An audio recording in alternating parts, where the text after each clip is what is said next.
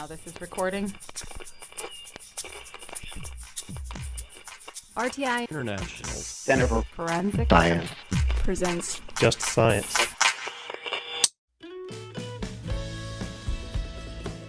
Welcome to Just Science, a podcast for forensic science professionals and anyone who is interested in learning more about how real crime laboratories work. In the 5th episode of our R&D season, Just Science speaks with Dr. Jamie Wieland and Dr. Christopher Mulligan of Illinois State University about assessing the impact of implementing portable mass spectrometers for on-site drug evidence processing. Listen along as Just Science explores cross-disciplinary research to determine the analytical, legal, and fiscal impacts of adopting drug screening protocols using portable mass spectrometers in the field. This season is funded by the National Institute of Justice's Forensic Technology Center of Excellence. Here is your host, Dr. John Morgan.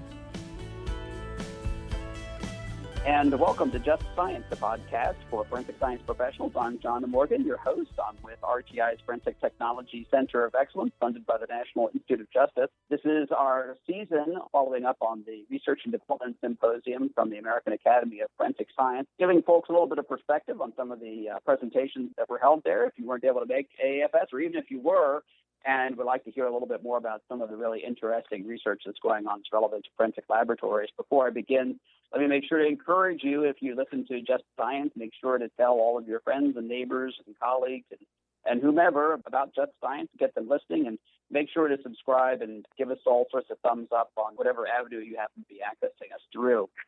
Today, we have with us two guests from Illinois State University looking at assessing the impact of implementing portable mass spectrometers for on-site drug evidence processing. With us is Dr. Jamie Wieland. Dr. Wieland is an assistant professor in the Department of Management and Quantitative Methods at Illinois State University. And that's really interesting. So, Jamie, tell me, management and quantitative methods, by that you mean quantitative methods as applied to understanding best practices in management and finance? Is that what that means? Primarily. So most of the faculty in quantitative methods within the department are interested in business applications, but it can be very broadly defined, such as the work I'm doing here, just in a general organizational context or systems context as well. But yeah, primarily quantitative modeling, statistical applications, and computational work. Excellent. Dr. Wieland obtained her PhD in Industrial Engineering from Purdue University and has a BS in Industrial Engineering and Management Science from Northwestern. And her current research involves, as we're about to talk about, assessing the operational and economic impact of portable technologies for on-site analysis of forensic evidence during crime scene investigation. Our other guest is Dr. Christopher Mulligan, also with Illinois State University. He also got his PhD in analytical chemistry from Purdue University. And he develops portable instrument-based solutions for forensic environmental monitoring applications, including the current project, which is looking at portable mass spec systems using ambient ionization sources for crime scene and law enforcement applications. Chris and I, before we started the podcast, were doing a little old home week because the regular listeners will know I'm an old mass spec fan. I used to work in the area back when I did real science back in the 1990s and applying it to chemical biological defense. And one of the icons of the application of mass spectrometry and chemical biological detection is Graham Cooks out of Purdue University, and you actually did a little bit of work with that group when you were at Purdue. Is that right, Chris? That's right. My doctoral work was developing miniature and portable mass spectrometers for a variety of applications. And what I've been able to do with my own research group here at Illinois State University is really push that into the civilian sector, specifically forensic analysis. That's fantastic. So both our guests are from Purdue and have moved on to Illinois State University, so they certainly have pedigree, that's for sure. And I used to work with time-of-flight instrumentation. I guess Graham Cooks wasn't necessarily a time-of-flight guy, I guess. That's true. So he's kind of known as one of the big proponents of ion trap technology, particularly these simplified geometries. So not to get too specific on it, he's essentially kind of perfected the idea of making ion trap mass spectrometers to be very simply machined, so you can make them kind of in-house and also have them be very high performance. One of the really interesting thing about ion traps is that they work better at higher pressure. So when you get to the idea of portable instruments, vacuum systems, power supplies, all those things are really the enemy of portability, and ion traps are well suited for that application. And you're using, in fact, a FLIR system cylindrical ion trap mass spec for this project, which is really interesting. Did Graham have some impact on the design of that? I thought that he worked with FLIR for a while. Yeah, so there is a quite a history there. So the cylindrical ion trap obviously came from the Cook's group. The idea of portable mass spectrometers also. So I think if you could apply that kind of lineage to this device, it definitely has its roots from Purdue and Cook's group. Okay, well, I'm going to say that Catherine Penslaw and Bob Cotter would probably say that they had some pedigree with respect to the idea of portable mass spectrometry. I have to do that as an old Hopkins guy. I have to push back. Yeah, absolutely. There's a whole lot of very smart people working towards the same application area. That's for sure. So, that's fantastic. So the money for that came out of the ChemBio area. That's really exciting to see. One of the things that we like to highlight sometimes is the fact that the DoD is developing all this technology and putting a lot of money into it. And here's a great example of how the forensic science community may be able to take advantage of that investment to improve some of the things that it's doing as well. That's right. There's quite a bit of parallel between security, military applications and the forensic sector. Not only the chemicals of interest that you might want to detect, but also the environments that you might want to do analysis in. So, the idea of ruggedized portable systems, that plays very well in the defense sector, but also in terms of this idea of crime scene investigation and forensic analysis in the field. Let's talk a little bit before we get into some of the meat of the project. How did you and Chris start working together? And it's very unusual because what you normally see is you'll see somebody who is like Chris or me. We just love technology, we love engineering it, and we're just looking for some place where we can plug it in. But you're all actually looking at a much broader kind of set of ideas with respect to kind of assessing this. How did you all kind of formulate this here, Jamie, in terms of how that worked?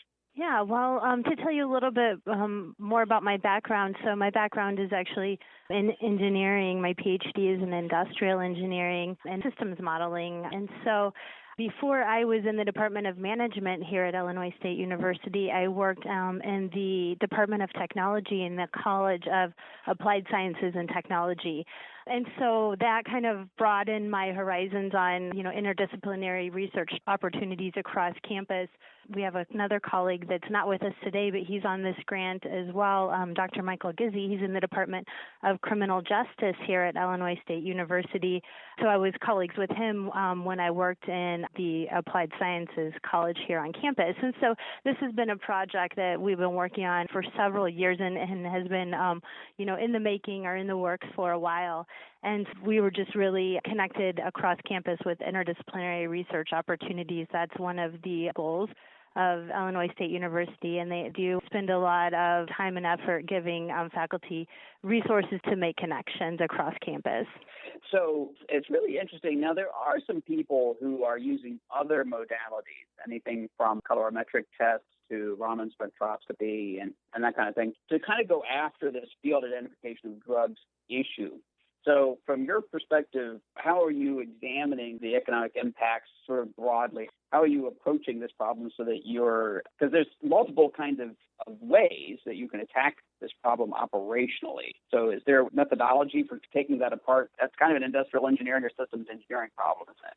Certainly, yeah. And actually, some of the technologies that you just mentioned, including the color tests, color field tests, and Raman, those are things that we are looking at as well in the current grant. And then we have a future grant that just started with NIJ this past January. And so this is a very broad analysis that I've been working on. So it's not just necessarily this specific instrument, but also coupling this instrument with other things like color tests and Raman as well. And so we're really developing some comprehensive models in terms of the cost effectiveness overall of these varying technologies. Okay. So, Chris, I guess I'm going to turn back to you then, because the other issue isn't just within what's being used on this field. The other issue is what the different instrumentation possibilities are. And I know that you have to be an ion trap fan, and the atmospheric ionization issue is really good there. But there are other approaches. People have been looking at darts and things like that for similar kinds of mass spec applications. So technically, how does what you're doing kind of stack up against these other options? That's a really good question, and it really is the golden question. There's many ways to make an omelet, if you will, in terms of which portable technology, if you will actually stick. in terms of fulfilling this application of broad forensic evidence screening in the field. And there's a lot of main players out there, and there's been technologies that actually kind of came to the table before us. So you mentioned portable Raman devices. You can take that back to portable GCMS as well, which is really kind of considered the gold standard technique for forensic drug analysis.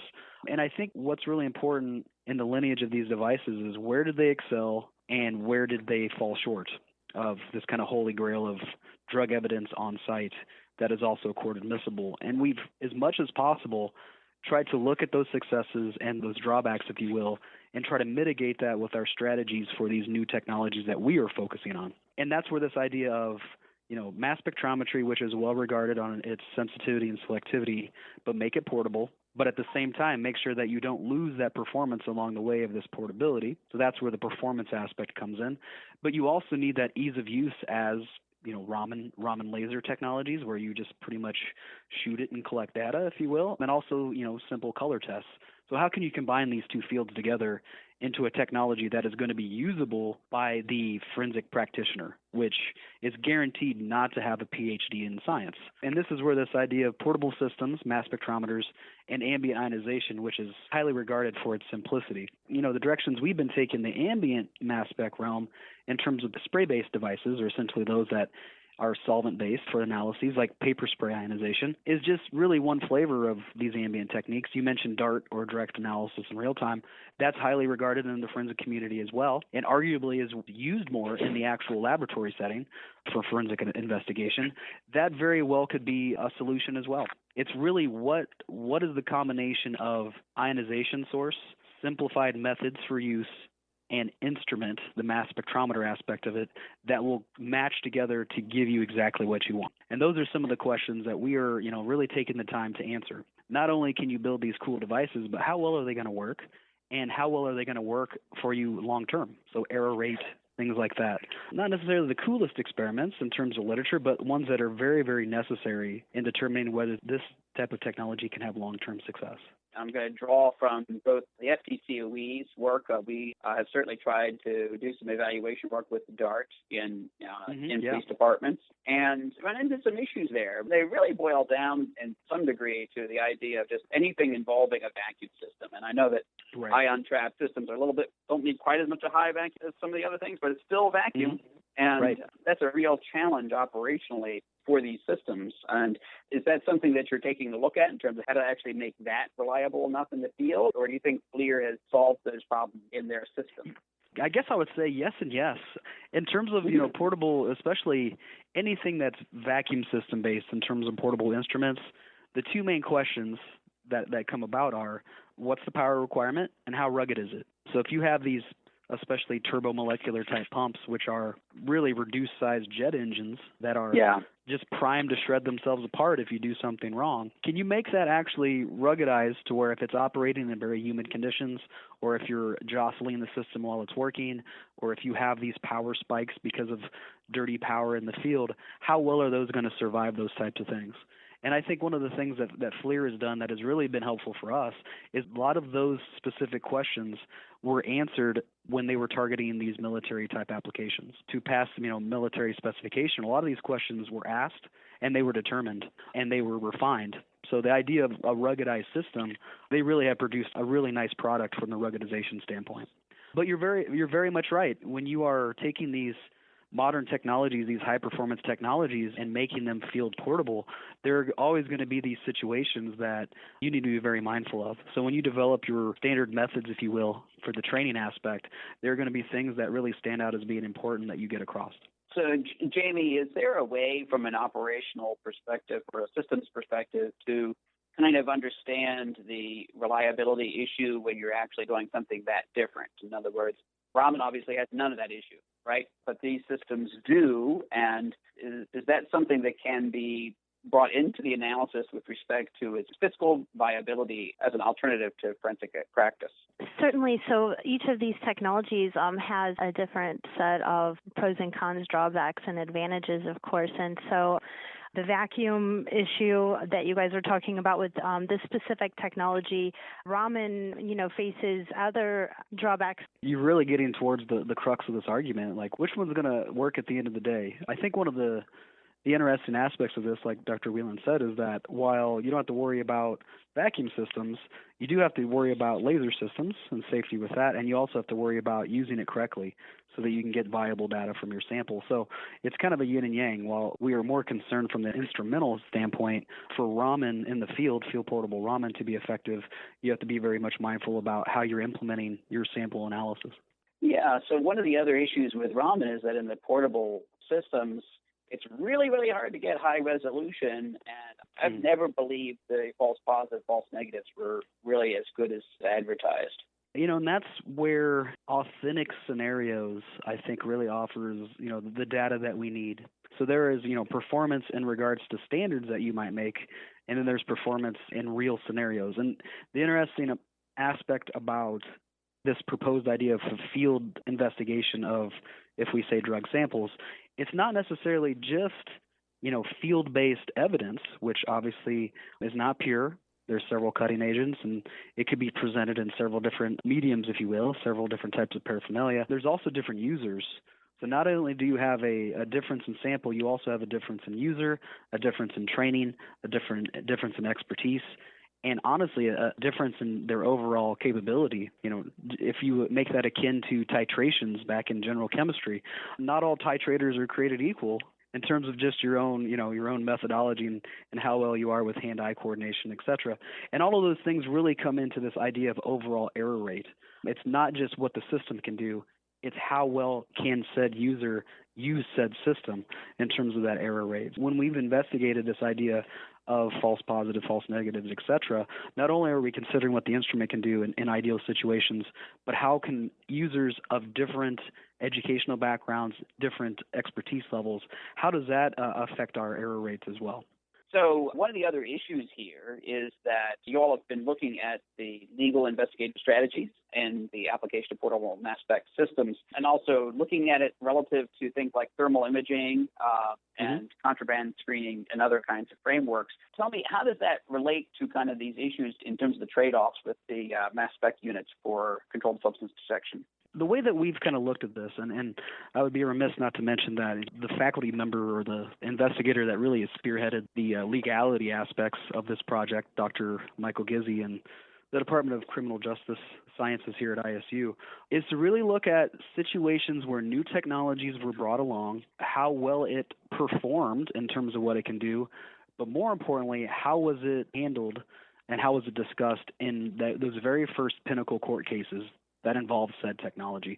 So you mentioned the idea of thermal imaging and the first investigation using thermal imaging to look at hydroponic marijuana grow operations. The capability of going through and looking through someone's walls with thermal imaging to see these types of grow lamp situations. While that offers a really interesting investigative strategy, there are privacy concerns that come along with that. There's really similarities in what that kind of framework was to things that you could use with said portable mass spectrometer that we've been developing. So if you have this performance and you have the ease of use and you have it at the scene of a potential crime, in what ways can this be used very effectively, and in what other situations could this actually be used in a way that is infringing on someone's rights?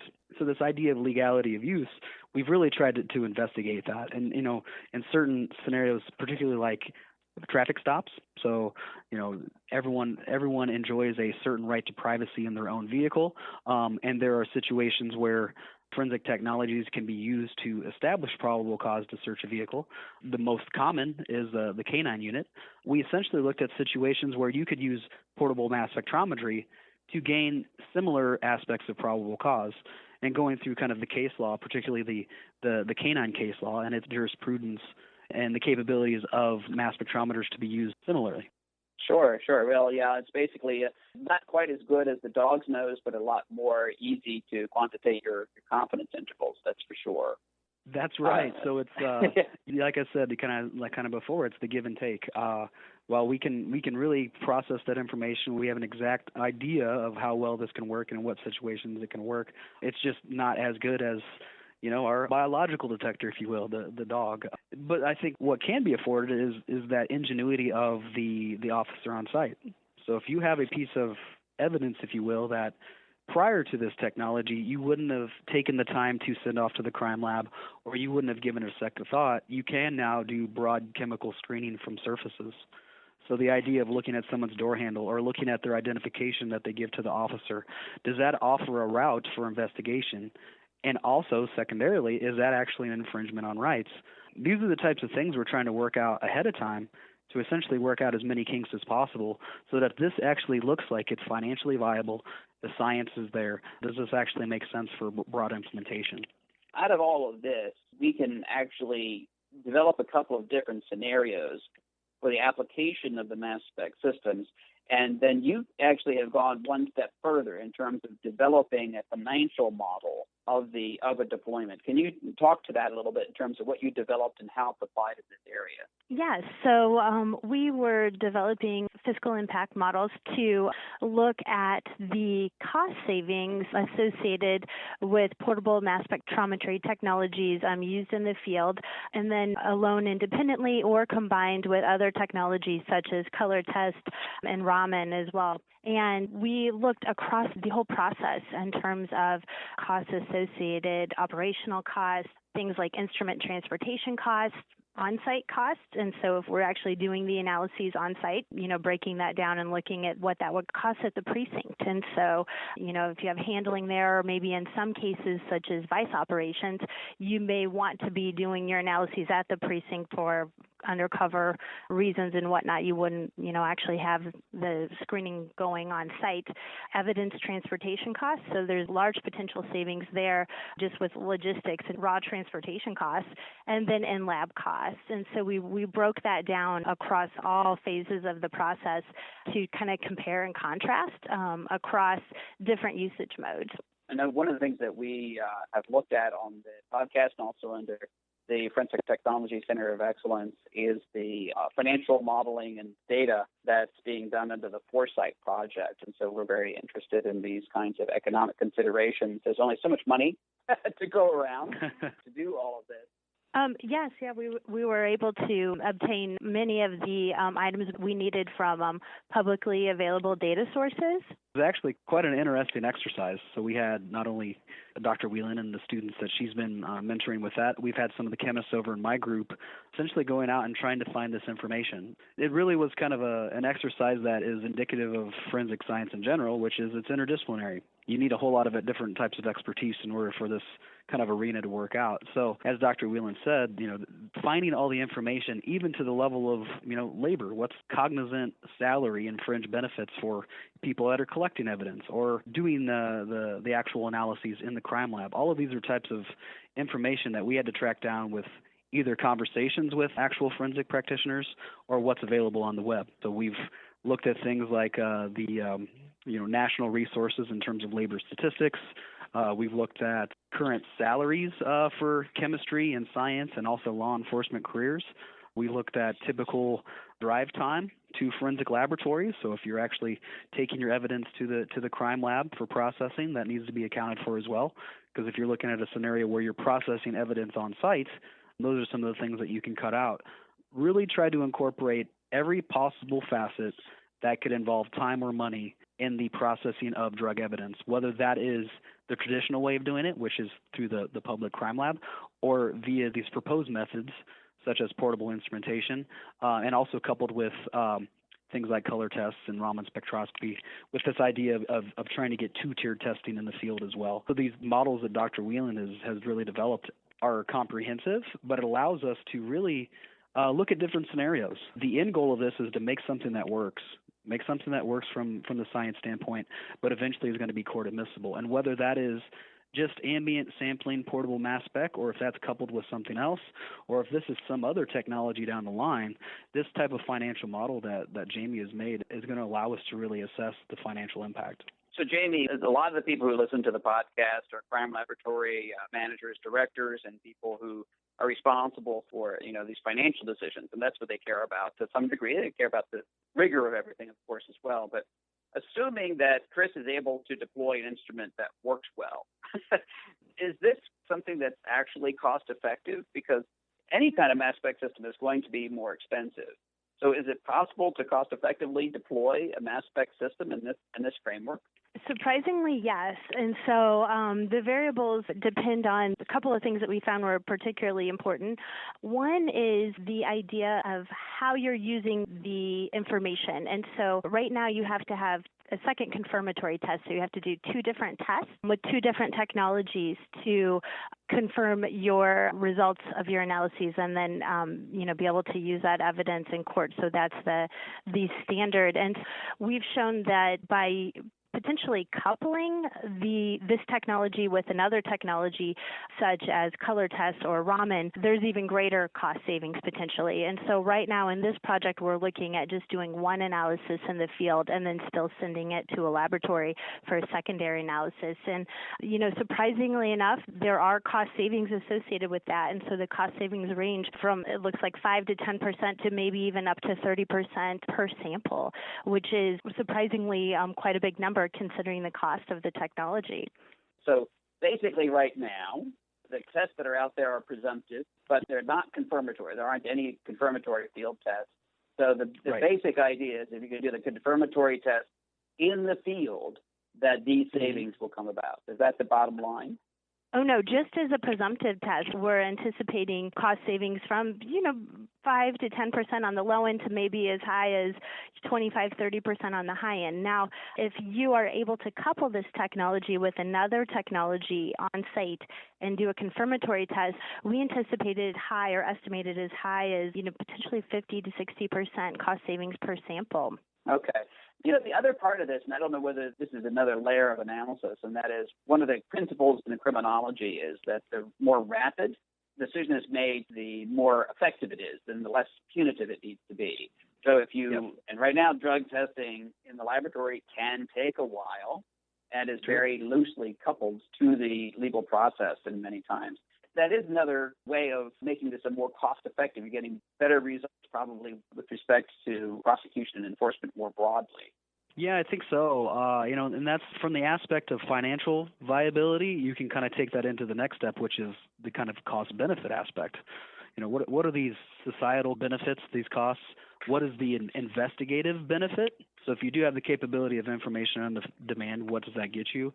These are some of the aspects that we're interested in looking at in the future. Yeah, right now we were just considering primarily operational costs, so just a cost savings model. But there's also the more of intangible benefits in terms of trying to put a cost savings associated with that is, for example, what's the increase in the opportunity for plea bargaining to have real-time information. So are you all anticipating trying to take some of these ideas that you've learned both from the technical development of the instrument as well as the analysis of the legal and economic considerations all the way into a field operational demonstration at some point in the near future? Is that something that we can anticipate? Yeah, we're always interested in, like I said, bringing in that expertise that is needed. And eventually, such a technology, the real test is in the hands of the people that would be using it. So we take every opportunity as possible to work with local law enforcement, federal agencies, folks affiliated with NIJ, et cetera, to show it in the real world operating, and then also get that feedback from the people that would be using it. And that helps us not only refine our techniques, but also get ideas of the overall impact of such a device. Overall, I think it was really mentioned, and it's really important, is that any instrumental technology is going to be expensive. And when you start thinking about broad deployment of expensive technologies for law enforcement, people naturally get squeamish, and that makes a lot of sense. But if you can show that, based off of the volume of drug evidence that really is required for analysis, that even a small amount of savings, if you apply that across the board to all this evidence, that actually starts to build up enough money to where this makes sense from a financial standpoint. And that's where bringing in these other expertise, doing these real field scenarios, field implementation, that really is important. We've talked about basically equipment reliability, but there's the other aspect, which is the false positive and negative response as well, basically looking at the response operating curve. And you've got some data on that, right? Tell me about that. So we were looking at a few different factors in the experiments that we did. So not only were we looking at results across a wide variety of users in terms of education levels. So we had some graduate students, of course, but we also had undergraduate students and then some students that had just graduated from high school running experiments for us. And we conducted these experiments across various drugs and then also across various environmental factors as well, wind, temperatures, humidity factors, and things like that. And overall, our results were surprisingly robust, and we were able to show that, for example, our detection rate was over 99%, and our false positive rate was right about 0.15% on average. Did that include looking at mixtures? Because there's a lot of unusual mixtures going on out there on the street right now. Right, and that's where, there was the kind of preliminary work of showing here's one sample, if you will, relatively representative sample to see what it can do, and then future work will be exactly what you're mentioning. So what if you have something that is street cut and it's at a purity of, less than 5% and the rest of it's broad cutting agents? What happens if you actually have it in a different format? So tablets versus powders, perhaps, or things that are on blotter paper. These are all in itself a different sample that really should be investigated for its own error rate, given the methodologies that we're developing for the front end, the usability aspect of it. And these are all things that we're very much interested in looking at. Well, some of these are really subject to analytical method as well. And can this particular instrument do MSMS, or is that? It can. So we do all of our analyte identification via MSMS and also databases. The grant in question to which we're doing these error rates was actually our second grant from NIJ. The first one was really to show that it has the capability and analysis of drugs of abuse. And we spent really some exhaustive efforts in databasing, so looking at standards, creating a database of all the known drugs of abuse, but also the new novel psychoactive substances. And then we've allowed ourselves then to use said database and use some software processing to do automatic chemical identification with these error rates that we've been looking at.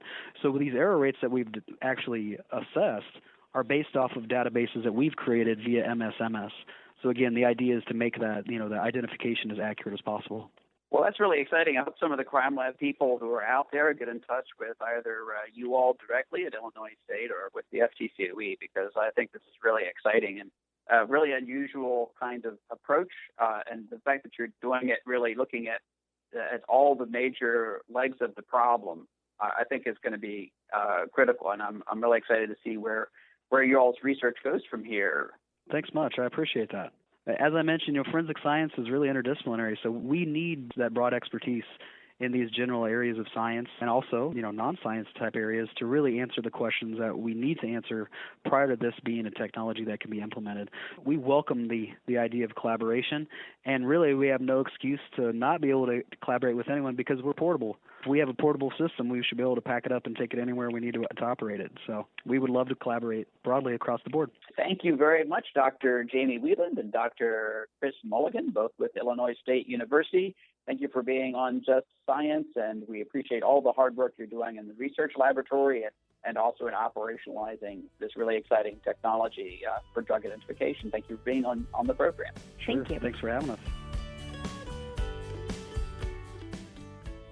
Next week, Just Science speaks with Dr. Michael Doc Edge about record linkage of CODIS profiles with SNP genotypes. Opinions or points of views expressed in this podcast represent a consensus of the authors and do not necessarily represent the official position or policies of its funding.